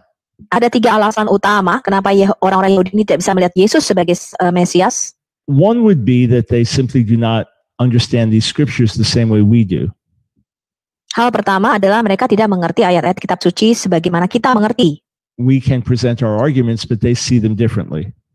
Kita bisa sih mengajukan argumen-argumen kita, tapi mereka melihatnya dengan cara yang berbeda. And remember, Yeshua has to open his disciples' eyes to understand. Dan ingat ya tadi, Yesus itu harus membuka mata hati pikiran atau membuka pikiran murid-muridnya agar mereka tuh bisa mengerti kitab suci. Once you see it, it is totally clear. Dan pada waktu kalau kita sudah melihatnya, maka sangat jelas di dalam kitab suci. But until you see it, it is hidden. Tapi sampai Anda bisa melihatnya dengan jelas, maka itu tersembunyi. And Jewish tradition has downplayed the priestly role of the Messiah. Dan orang-orang Yahudi ini merendahkan ya bahwa Mesias ini sebagai imam. It has seen him as a king and a teacher, but not as the priest. Mereka tidak melihat Mesias ini sebagai seorang imam, tapi mereka melihatnya sebagai seorang raja dan sebagai seorang guru. So it has lost sight of his role as the great high priest and his role as the suffering servant. Jadi orang-orang Yahudi ini tidak bisa melihat peran sang Mesias ya sebagai imam besar dan sebagai menjadi penebus bagi dosa mereka. The second reason is that there is a strong Jewish expectation that when the Messiah is revealed, there will be peace on earth. Dan hal kedua, mereka mengharapkan bahwa ketika Mesias ini datang ke dunia, Mesias ini membawa perdamaian bagi seluruh dunia. They do not see two phases to the Messiah's work, only the final phase. Mereka tidak melihat ya 2 sisi dari karya sang Mesias ini. Mereka hanya melihat salah satu sisinya saja. And therefore they would say that Jesus cannot be the Messiah because he did not bring peace to the earth. Dan karena itu orang-orang Yahudi menolak Yesus sebagai sang Mesias karena Yesus tidak membawa perdamaian bagi dunia. And then the third reason is church history. Hal ketiga adalah sejarah gereja. Christians have often persecuted Jews in Jesus' name and driven them away from the truth. Dan banyak orang-orang Kristen ini yang menganiaya orang-orang Yahudi ya di dalam nama Tuhan sehingga membuat mereka ini keluar. In different times in church history, Jews have been offered baptism or death. Di dalam banyak sejarah gereja, orang-orang Yahudi ditawarkan mereka mau dibaptis atau mau mati nih. Religious Jews think that the Holocaust only happened because Europe was Christian. Ya, orang-orang Yahudi yang sangat-sangat religius itu ya mengira bahwa Holocaust itu terjadi karena orang-orang Kristen pada waktu itu. So those would be the 3 biggest reasons why Jesus would be rejected as the Messiah. Ini mungkin 3 alasan besar mengapa Yesus itu ditolak oleh orang-orang Yahudi. And because Jews are such strict monotheists, I'm talking about religious Jews, they have a very hard time accepting the idea that God could reveal himself in flesh and blood. Karena orang-orang Yahudi ini sangat-sangat kotak sekali ya di dalam monoteisme mereka. Jadi mereka ini punya kesulitan kalau Allah itu bisa mewujud atau menampakkan diri di dalam rupa darah dan daging. Thank you. Oke, jawaban yang tadi semoga juga sudah menjawab pertanyaan dari Bu Nerges ya, yang sama pertanyaannya kenapa orang-orang Yahudi tidak percaya bahwa Yesus adalah Mesias. Alright, Dr. Brown, we goes to another question from chat, from Mas Dwi. This question is why or the Jews do they have concept or they know or do they know that Messiah came to free human from sin, and do Jews believe that Messiah have to suffer, and now what kind of Messiah do the Jews hope for? Translated, Hana. Ya, oke. Jadi pertanyaannya adalah apakah orang-orang Yahudi mengetahui bahwa Mesias datang untuk membebaskan manusia dari dosa, dan seperti apa konsep yang dimiliki oleh orang Yahudi tentang Mesias? Apakah Mesias harus menderita, dan seperti apa Mesias yang diharapkan oleh orang Yahudi? Alright. Right. So most Jews today around the world are not traditional. They are not religious. Kebanyakan orang Yahudi. Oke. Silakan Kak Sofia. Kebanyakan orang Yahudi sekarang ini silakan. Silakan. Oke, orang Yahudi sekarang ini orang Yahudi yang tidak tradisional ya, tapi mereka orang Yahudi yang bebas gitu. In Israel, about 15% of the population is very religious. Di Israel sekitar 15% dari populasinya itu sangat religius. And then another 15% strongly religious. Dan di 15% lainnya orang-orang di Israel sana sangat-sangat religius. And then about 70% not religious. Dan sekitar 70% dari orang Israel tidak religius. In America, maybe 10% are very religious. Di Amerika, mungkin hanya sekitar 10% orang Yahudi yang sangat religius. 90% not that religious or not religious at all. 90%-nya tidak religius atau bahkan tidak religius sama sekali. So when we talk about what do Jews believe about the Messiah, we're really talking about religious Jews. What do they believe? Jadi ketika kita bertanya apakah orang Yahudi percaya tentang Mesias, kita membicarakannya kepada orang-orang Yahudi yang percaya. There are Jewish traditions that at the end of the age there will be two Messiahs. Ada tradisi Yahudi yang berkata bahwa pada hari akhir nanti akan ada dua Mesias. The Messiah, son of Joseph, who will suffer and die in the last great war. Ada Mesias dari keturunan Yosef yang akan menderita pada akhir perang nanti. And the Messiah, son of David, who will raise him from the dead and finish the last great war. Dan ada Mesias dari anak Daud yang akan menyelesaikan perang nantinya dan akan bangkit. But there is not a Jewish teaching that the Messiah had to come and die for our sins. Tapi tidak ada ajaran dalam keyahudian yang mengajarkan bahwa Mesias harus mati untuk dosa-dosa kita. There is not a Jewish tradition that there will be two phases of the Messiah's coming separated by 2,000 years. Juga ada ajaran dalam keyahudian yang mengajarkan bahwa ada dua wajah Mesias yang terpisah jaraknya 2000 tahun. So in that sense, there are not parallels to the Christian view. Jadi bisa kita ketahui pandangan tersebut tidaklah paralel dengan pandangan kekristenan. There are some mystical traditions that will speak of the Messiah suffering in heaven even now for the sins and pain of Israel. Ada juga pandangan mistis yang mengatakan bahwa Mesias saat ini sedang menderita karena dosa-dosa kita. But that would be different than the idea of the Messiah dying on the cross. Tapi tentu saja ide itu sangat berbeda dengan Mesias yang mati di atas kayu salib. Thank you. Okay.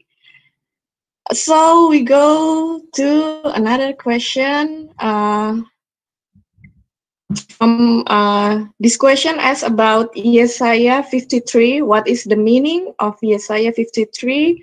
That in a verse says that Messiah has descendants. This is what Muslim says, that Jesus is being married. Yes. So let me tell you something very interesting.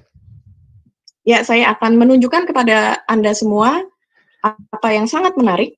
I am hearing from more and more people doing outreach to Muslims that the Muslim apologists are borrowing from the traditional Jewish apologists.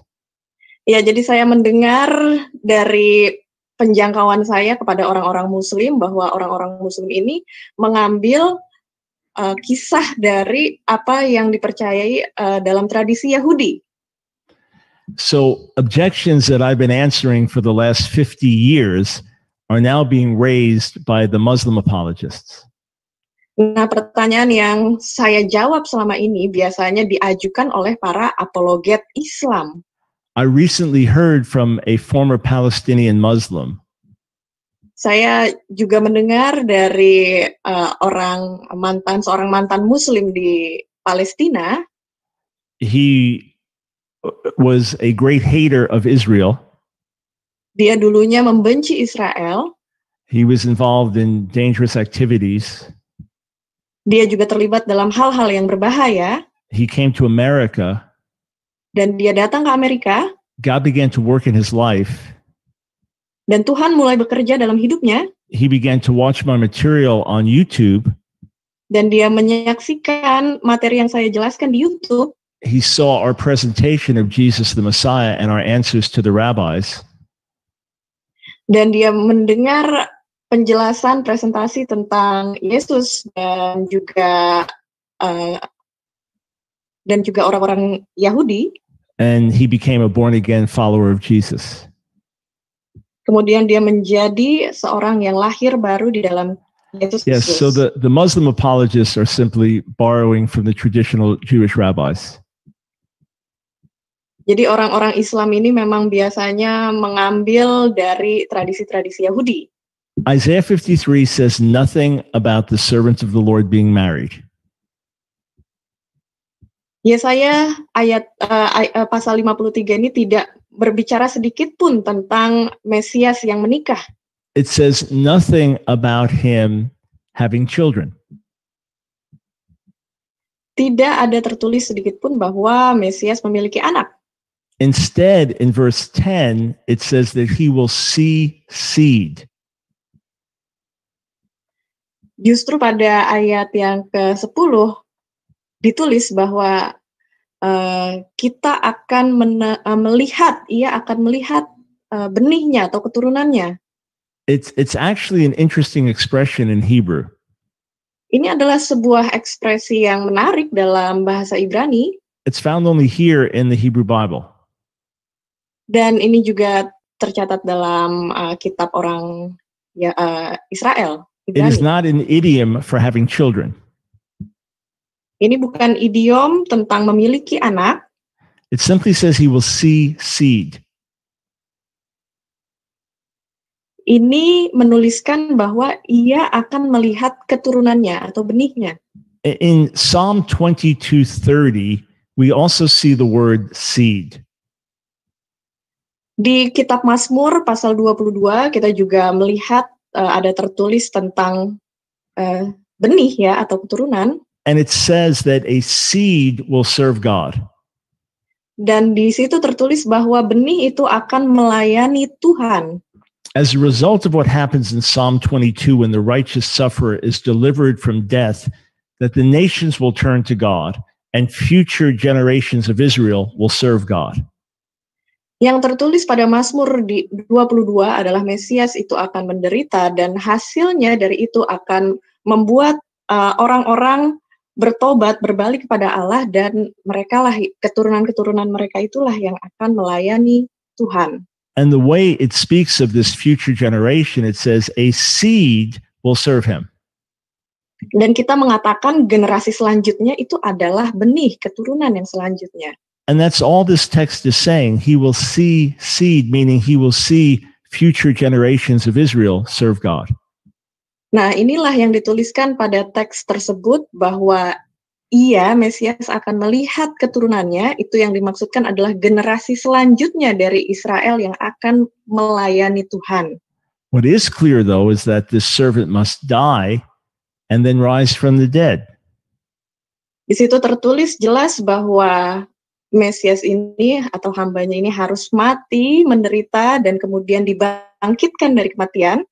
I would strongly recommend that Muslim apologists stay away from Isaiah 53 unless their goal is to convert people to Christianity.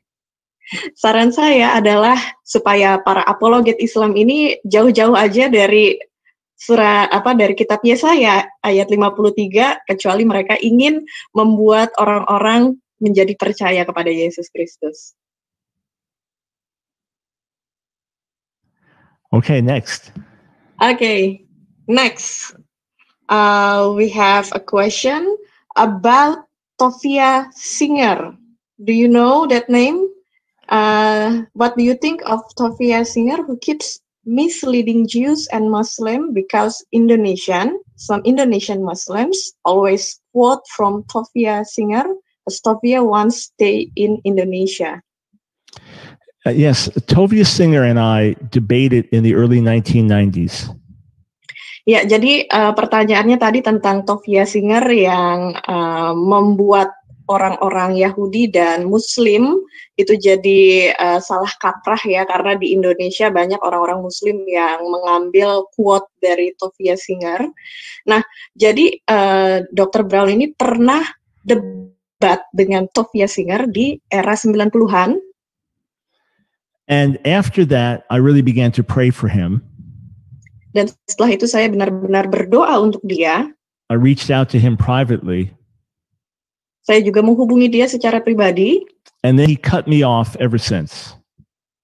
Dan sejak saat itu dia memutuskan hubungan dengan saya. He has refused to talk to me.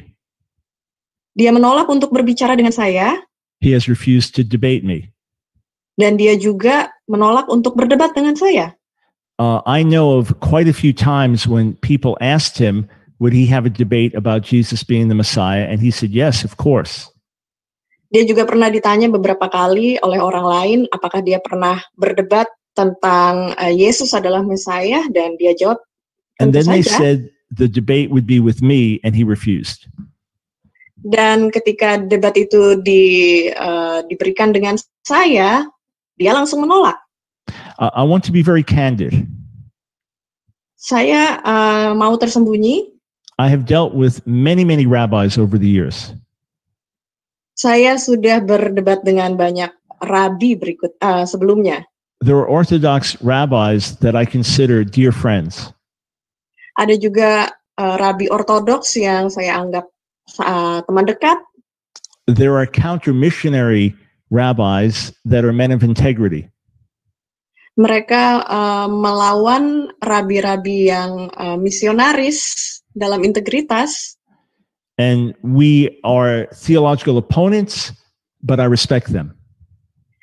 Kita adalah lawan secara teologis, tapi selainnya kita adalah teman. I'm sad to say that Tovia Singer is not one of those men. Saya sedih mengatakan bahwa Tovia Singer bukanlah salah satu dari orang-orang itu. He is doing terribly destructive work, not because he is speaking the truth, but because he is concealing the truth.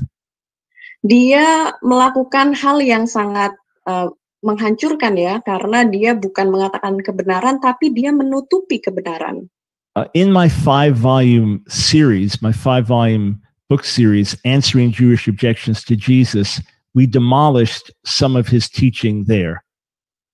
Dalam buku yang saya tulis, ada 5 seri buku yang saya tulis. Di situ saya menulis dan juga menjelaskan ya untuk melawan apa yang menjadi statement dari Tovia Singer ini. But he was not my main focus. Tapi dia bukanlah fokus utama saya. I then did a 22-hour teaching series called Countering the Counter-Missionaries. Saya pernah mengajar selama 22 jam ya untuk melawan orang-orang yang mengcounter para misionaris. That is available online, and I focused more on his material. Nah, ini juga bukunya tersedia secara online dan saya akan bisa menjelaskan tentang hal ini selanjutnya. But over the years, he made a shift. Tapi selama bertahun-tahun, Tovia Singer ini membuat perubahan, berubah-ubah.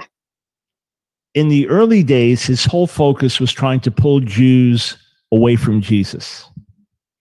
Pada masa awal-awalnya, dia itu mencoba untuk menarik orang-orang Yahudi agar menjauh dari Yesus Kristus. But then at a certain point, he shifted and began targeting Gentile Christians and trying to pull them away from Jesus. Tapi pada satu masa dia berubah dan mulai menarik orang-orang Kristen non-Yahudi supaya menjauh dari Yesus Kristus. I don't know his motivation. Perhaps it was financial. Saya tidak tahu apa motifnya, mungkin itu karena masalah keuangan. But this now made his material even more dangerous to more people. Tapi itu membuat materi yang dia sampaikan menjadi lebih berbahaya kepada banyak orang. His videos are terribly misleading. Video-videonya amat sangat salah kaprah. And we have now begun to put out a series of videos, one at a time, taking one of his videos and destroying the lies within it. Dan kami juga, saya di sini membuat video yang mengambil dari videonya, terus kita jelaskan untuk menghancurkan kebohongan yang dia buat. If you will search our YouTube channel, Ask Dr. Brown, ASKDR Brown, for Singer, you will find numbers of these videos already. Kalau Anda mencari di YouTube yang kami buat namanya Ask Dr. Brown, ASKDR Brown, itu Anda bisa temukan ya, cari juga dengan keyword Singer. Ada banyak video yang saya buat untuk menjelaskan hal tersebut. You'll also find a video where we tell the truth about why he won't debate me anymore, because he spread some misinformation about that as well. Dan Anda juga bisa menemukan penjelasan kenapa dia tidak mau lagi berdebat dengan saya, karena dia menyatakan berbagai alasan tidak mau mendebat saya, dan saya jelaskan kenapa hal itu terjadi. So I want to say this again. Dan saya mau katakan ini sekali lagi. I have dealt with many rabbis over the last 50 years. Saya sudah bertemu dengan banyak rabi pada 50 tahun terakhir. With one of them, if you published all of our emails, it's probably over 1,000 pages of intense, deep discussion. Kalau Anda bisa lihat email saya, ini mungkin ada lebih dari 1.000 halaman yang membahas tentang masalah ini secara intens. There is a famous Orthodox rabbi in America that I have debated many times. Ada seorang rabi ortodoks di Amerika yang sudah saya ajak berdebat berkali-kali. We have had special meals together. Kita juga sempat makan bareng bersama. I know his family very well. Saya tahu keluarganya dengan sangat baik. I attended the wedding of his oldest daughter. Saya juga hadir di pernikahan anak tertuanya. So these are people of integrity, even though we have strong differences. Jadi kami ini orang yang punya integritas, walaupun kami punya perbedaan pendapat. Tovia Singer is not one of them, which is why his material is even more dangerous, because it is filled with deception. Nah, Tovia Singer ini bukanlah orang yang punya integritas, dan materi yang dia sampaikan penuh dengan tipu muslihat. It would be excellent if someone involved in Indonesia would contact our ministry, and the folks involved with this have our information, and then we could officially give you permission to dub the videos in Indonesian, if that would be helpful. Nah, jadi buat teman-teman di Indonesia yang memang punya layanan, boleh misalnya mau meminta atau merequest ya video dari Dr. Brown dan pengen mendubbing, membuat translasi, boleh silakan memberitahu, menghubungi Dr. Brown. And by God's grace, the truth will set many people free. Dan karena kasih karunia Tuhan, semua orang bisa dibebaskan. And we plan to put out many of these videos. Ya, dan kami juga merencanakan banyak ya video-video seperti ini. Thank you. Oke, terima kasih. And we also have another friends who have already raised hand. Adam Seeker, please, you can unmute your microphone. Hi, thank you so much, Dr. Brown and WFM Group for this wonderful, wonderful presentation. Dr. Brown, my question to you is it possible to have additional certain passages which could describe the resurrection of Christ? Because we have seen certain passages which allude to the death of Christ, which Isaiah 53 is pretty clear as well in that subject at that point. But I'm more looking towards more of the resurrection of Christ passages, if you can provide some more references other than just the ending part of Isaiah 53, which is kind of shady in a way when you give it to Muslims or somebody like that. So is there more passages that can like clear cut openly throw it on the face something? I'll wait for translation. Go ahead. Okay. Ya, jadi Adam Seeker ini bertanya tentang teks atau ayat di dalam Alkitab ya yang menjelaskan tentang kebangkitan dari Mesias, dari Yesus Kristus ini di mana nih selain bisa kita temukan di Yesaya 53. Apakah ada ayat-ayat lainnya yang bisa menjelaskan tentang hal ini? Silakan mari kita dengarkan jawabannya dari Dr. Brown. I would first say that I would press Isaiah 53 because it is clear that this one who will die a violent death and be buried will continue to live. Ya, jadi saya memang merujuk ke ayat ke Yesaya 53 secara khusus ini menunjukkan bahwa seorang hamba itu akan mati secara tragis dan kemudian akan dikubur dan akan hidup selamanya. I would open up Psalm 16 the way that Peter does in Acts chapter 2. Dan juga saya akan membuka Mazmur yang ke-16, pasal 16. Muslims would have the idea of seeing their own lives expressed through future generations. Muslim juga sering menyatakan bahwa hidup mereka ini akan dilanjutkan pada generasi berikutnya. This one is the son of this one, who is the son of this one. You fulfill your destiny through your offspring. Ya, jadi anak ini adalah keturunannya dari ini lagi, dan masa depan kita itu akan dilanjutkan oleh generasi selanjutnya, generasi penerus. And there David sees that his body will not lie in decay. His body will not rot in the grave. Dan Daud melihat bahwa tubuhnya itu tidak akan hancur di kubur gitu ya. And we understand that he is seeing not his own body because he does rot in the grave, but rather the body of his descendant, the Messiah.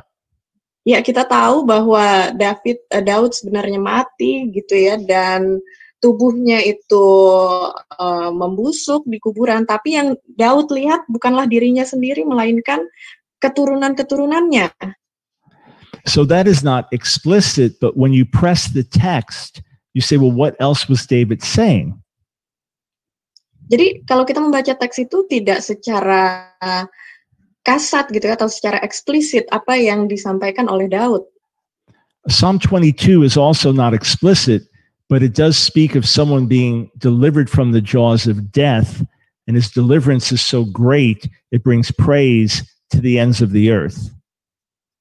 Ya, kita juga membaca pada Mazmur 22 bahwa Daud ini menceritakan tentang seseorang yang meninggal gitu ya, mati dengan begitu sadis, dan kemudian dia akan hidup sampai akhir zaman.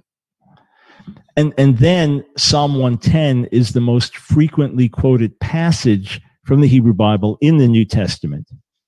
Dan kemudian juga Mazmur 10 yang paling sering ambil gitu ya quote-nya dari Perjanjian Lama. And there is an invitation from the Lord to David's descendant, whom David calls his Lord, that Yahweh invites him to sit at his own right hand until he makes his enemies the footstool of his feet.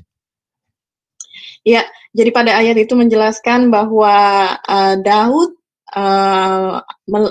melihat pada tuannya dan Tuhan yang mana musuh-musuhnya itu akan ditempatkan oleh Allah sebagai pijakan kakinya. And the only way that you can die and then sit at God's right hand is if you are resurrected. Dan juga kamu bisa dibangkitkan nanti ya, dan berada pada tangan kanan Tuhan pada saat kamu dibangkitkan. So I would put those passages together with the New Testament apologetic for the resurrection of Jesus.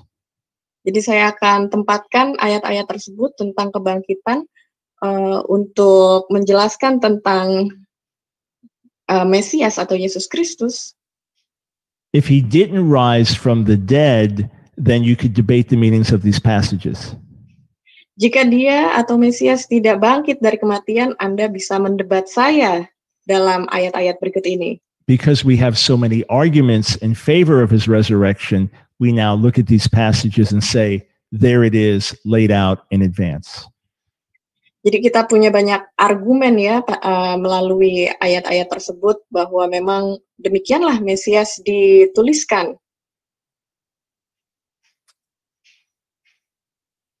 Anyone else? We have time, I guess, for a few more questions. Okay. Yes, it's almost 2 hours. So we are going to And this program. Yes, Dr. Brown, your material and your presentation is very valuable to us because right now in Indonesia, like we are actively in debating Muslims apologists, and they are now come together with the Jewish apologists in Indonesia to, attack the Christianity. I don't know what happened here in Indonesia because like the Jews here in Indonesia and also the Muslims, they together attack the Christianity, especially they said that they are monotheists and like we are polytheists. So they just come together in Indonesia. It's something unusual. Yeah. Remember in the New Testament that when Herod and Pilate both rejected Jesus, that they became friends. Okay. So they are Herod and Pilate, right? Yeah, so all the more then, whatever we can do to get our materials out in Indonesian, so you can coordinate my assistant Dylan, we can bring into the loop here, and then whatever we can do to do that to help the Christians in Indonesia push back, I'm very glad to do that. Yeah, because the Jews in Indonesia, they supported Muslims and not Christianity. And I don't know what happened, why they do that. How long, just really quickly before we go, how long was Tovia Singer in Indonesia? I think for many years, and they have like a school here, like Yeshiva here, they call it Eitz Chaim. So in Jakarta, so they imparted their Jewish point of view with all Indonesian Christians. So like they have a doubt in their mind that Jesus is the Messiah, the promise. So there are conflict here, and also very active with the Eitz Chaim, and also actively watch them and their movement. But right now, I think that Tovia Singer is not in Indonesia anymore. Yeah, certainly we pray for his repentance. And who leads the Eitz Chaim Yeshiva? Usually, his disciple, Elisefa Wiri Atmaja, is an Indonesian Jewish descendant. But I think now Elisefa is in Jerusalem because he married a Jew. So I don't know. But I'm actively email with them back and forward. Yes. Well, listen, this is every time the gospel is challenged, it becomes a platform for the gospel. And because we are on the side of truth, we're believing not only that Christians will be strengthened, but that many Muslims will come to faith through this as well. So that would be a tremendous honor and joy to be able to use our material to help reach Muslims with the good news. Yeah, that's what we're waiting for, Dr. Brown. If you can, maybe in the next program, more about the how we can push back all the Muslims apologists, because like Tovia Singer here in Indonesia, he really, make a side with the Muslims to attack Christian here in Indonesia. So the Muslims here now, all the Muslims apologists here, they learn to speak Hebrew. It's surprising for us, you know. Like Muslims, they say that Allah is Yahweh. So they speak Hebrew here in Indonesia. Muslims here try to be Jewish. Well, the good thing is, the closer they get to looking at Scripture, the more God's going to challenge them. So they may mean it for evil, but let's believe that God will use it for good. Amen. Amen, amen, Doctor. Well, God bless you. It's my joy to be with you. Okay, Dr. Brown, see you in the next program. Everyone, say thank you. Toda Raba. God bless. All right, thank you. Before Dr. Brown leave, can you please give the closing prayer for us? Sure, absolutely. Father, I thank you for my precious brothers and sisters in Indonesia. Lord, they're under attack in so many ways, and yet your Spirit is moving, and the church is growing, and the gates of hell will not prevail against it. I pray that everything that's been meant to confuse, to hurt, to draw away, will instead be turned around for good. That as Muslim apologists study the Bible for themselves more, that their eyes would be open, that they would realize the errors of Islam, and they would see Jesus as the one and only Messiah. That the more they seek to tear down, the more they'd be confronted with truth. I pray for leading Muslim apologists to have radical conversion experiences, and for your continued Spirit to work among Jews who've come to know you and the Christians of Indonesia. Strength, faith, courage, opening of hearts, opening of minds, your truth backed in the power of your Spirit. Bring about change and the salvation of many. Strengthen your people. In Jesus' name, amen. God bless you. Amen. Thank you, Dr. Brown. Thank you so much, Dr. Brown, and we hope to see you again, have teaching Yes. and discussion with you next time. Maybe we can invite you again. Yes, well, it was my joy to be with all of you. Appreciate so much what you're doing. God bless you. God bless you. God bless you, Dr. Brown. Thank you very much for your time. God and your bless teaching. you. Thank you. So much for today. See you Thank you very later. much. Bye bye. Jesus always Thank with you. Thank you, Saudara Raba. All right, God bless. Bless you. Okay, and live Zoom first, Edo. Udah ditarik? Terima kasih teman-teman semua. God bless you all. Kita langsung akhiri ya. We will end.